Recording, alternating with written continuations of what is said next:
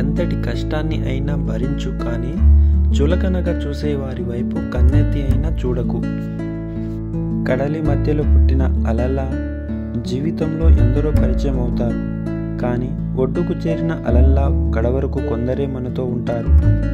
నీకు సహాయం చేసిన వారిని మర్చిపోవద్దు, నిన్ను ప్రేమించిన వారిని ద్వేషించవద్దు, నిన్ను నమ్మిన వారిని మోసం చేయవద్దు. కష్టం నీ దాకా వచ్చినప్పుడు బాధపడటం ఎలాగో తప్పదు. మిగిలిన సమయం అయినా ఆనందంగా గడపవచ్చుగా మిత్రమా.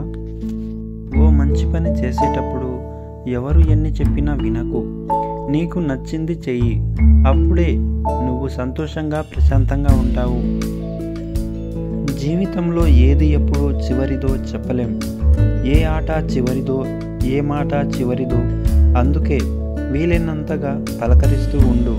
వీలైతే